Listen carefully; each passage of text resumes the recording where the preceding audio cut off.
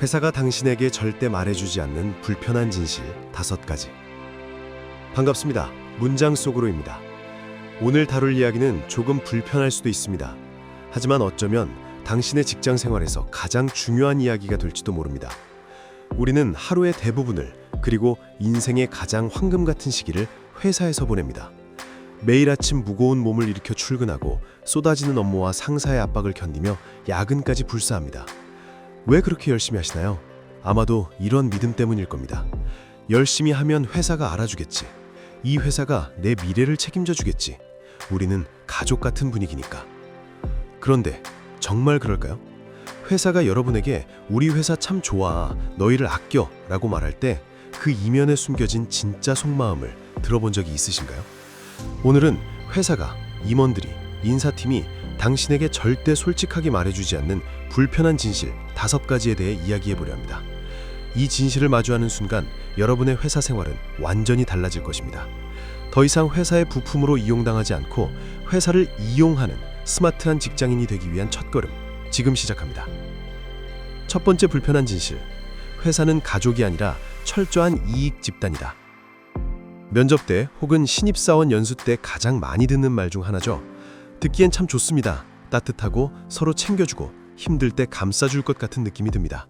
하지만 이 말은 직장인들이 빠지는 가장 위험한 함정 중 하나입니다. 냉정하게 말씀드리겠습니다.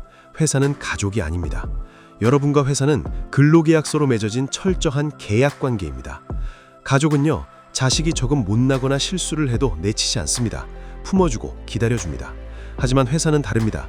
여러분이 기대만큼의 성과를 내지 못하거나 회사의 이익에 반하는 행동을 하면 언제든 계약을 종료할 수 있습니다. 가족 같다는 말의 진짜 의미는 무엇일까요? 야근 수당 없이 가족처럼 헌신하라는 뜻일 수도 있고, 주말에도 가족 행사처럼 회사 일에 나오라는 압박일 수도 있습니다. 이 가족 프레임에 갇히면 정당한 권리를 요구하기가 어려워집니다. 연봉 협상을 할 때도, 휴가를 쓸 때도 눈치를 보게 되죠. 가족끼리 뭘 그렇게 따지냐는 분위기가 형성되니까요. 착각하지 마세요.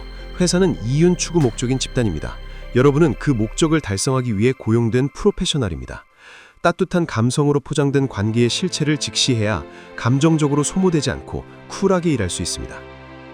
두 번째 불편한 진실, 묵묵히 일만 잘하는 것은 미덕이 아니라 무능이다.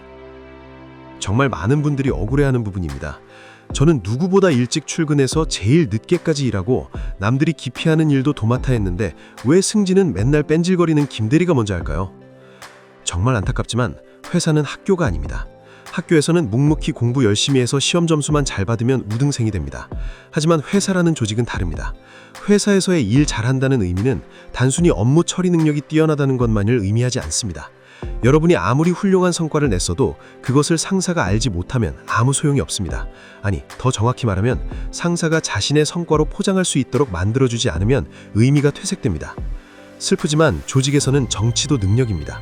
여기서 말하는 정치란 아부를 떨라는 것이 아닙니다. 나의 노고와 성과를 적절한 타이밍에 적절한 사람에게 어필하는 가시성을 확보하라는 뜻입니다. 묵묵히 자리를 지키는 것은 겸손이 아니라 자기 PR의 직무유기일 수 있습니다. 회사는 알아서 챙겨주는 곳이 아닙니다. 여러분이 만든 가치를 적극적으로 증명하고 알리지 않으면 여러분의 공은 목소리 큰 사람에게 넘어가거나 당연한 것으로 치부될 것입니다.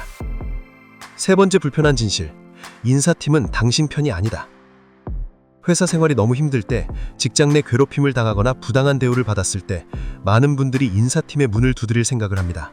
인사팀이 나의 고충을 해결해주고 나를 보호해줄 것이라 믿기 때문이죠. 하지만 이것은 아주 순진한 생각일 수 있습니다. 인사팀의 존재 목적은 무엇일까요? 직원들의 행복 증진일까요? 아닙니다. 인사팀의 최우선 존재 목적은 회사의 리스크 관리입니다. 노동법적인 문제가 생기지 않도록, 조직 운영에 차질이 빚어지지 않도록 관리하는 것이 그들의 주된 업무입니다. 물론 좋은 인사 담당자들도 많습니다. 하지만 구조적으로 그들은 사측의 대리인입니다. 여러분이 상사와의 갈등을 상담했을 때 그 내용이 상사 귀에 들어가지 않으리라는 보장은 없습니다. 오히려 그 갈등이 회사의 리스크라고 판단하면 문제를 제기한 여러분을 트러블 메이커로 난인 찍을 수도 있습니다. 인사팀을 믿지 말라는 것이 아닙니다. 그들의 역할을 정확히 이해하고 전략적으로 이용해야 합니다.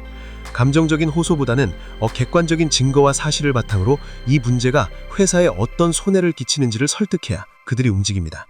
그들은 당신의 상담사가 아니라 회사의 관리자임을 잊지 마세요. 네 번째 불편한 진실. 잡은 물고기에게는 먹이를 많이 주지 않는다. 애사심을 가지고 한 회사에 오래 다니는 것, 물론 훌륭한 가치입니다. 하지만 연봉이라는 측면에서만 본다면 이것이 과연 최선의 선택일까요? 많은 직장인들이 경험하는 충성세라는 말이 있습니다. 한 회사에 오래 머무를수록 오히려 시장 가치보다 낮은 연봉을 받게 되는 현상을 말합니다. 회사는 이미 확보한 인재, 즉 잡은 물고기에게 굳이 파격적인 대우를 해줄 유인이 적습니다. 여러분이 당장 나갈 것 같지 않으니까요. 매년 물가 상승률 정도의 뻔한 연봉 인상률을 제시하며 경기가 어렵다, 내년엔 잘 챙겨주겠다며 얼버무립니다. 반면 외부에서 새로운 인재를 영입할 때는 어떻습니까? 그 사람의 현재 연봉보다 훨씬 높은 금액을 제시하며 어떻게든 데려오려고 합니다. 이것이 불편하지만 명백한 시장의 논리입니다. 여러분의 몸값은 회사 내부의 평가가 아니라 회사 밖의 시장이 결정합니다. 주기적으로 이력서를 업데이트하고 면접을 보며 자신의 시장 가치를 확인하세요. 이직할 마음이 없더라도 말입니다. 여러분에게 다른 선택지가 있다는 것을 회사가 알 때 비로소 제대로 된 협상 테이블이 열립니다. 회사의 인정에만 목매지 마세요. 여러분의 가치는 스스로 증명하는 것입니다. 5번째 불편한 진실. 회사는 당신의 미래를 책임지지 않는다. 오늘 이야기의 핵심이자 가장 중요한 진실입니다. 많은 분들이 회사의 명함을 자신의 정체성과 동일시합니다. 대기업에 다니면 성공한 인생 같고 회사가 잘 나가면 나도 잘 나가는 것 같은 착각에 빠집니다. 하지만 명함에서 회사 이름과 직함을 지우고 나면 여러분에게는 무엇이 남습니까? 회사는 영원하지 않습니다. 여러분의 자리도 영원하지 않습니다. 경영 환경이 어려워지면 회사는 언제든 구조조정이라는 카드를 꺼내들 것입니다. 그때 가서 내가 회사를 위해 얼마나 헌신했는데 라고 외쳐봐야 아무 소용없습니다. 회사는 여러분의 인생을 책임져 주는 곳이 아닙니다.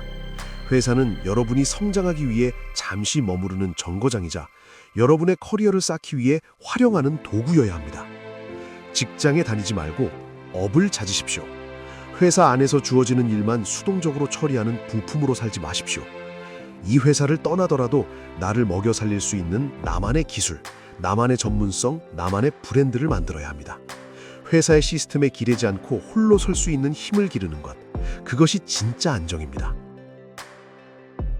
오늘 말씀드린 5가지 진실이 다소 차갑고 냉정하게 들렸을 수도 있습니다.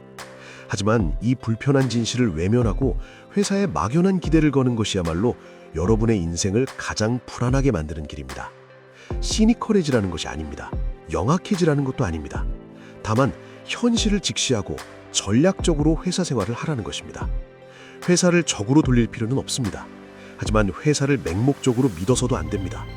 회사와 나는 철저한 비즈니스 파트너라는 인식을 가질 때 오히려 불필요한 감정 소모가 줄어들고 건강한 관계가 정립됩니다.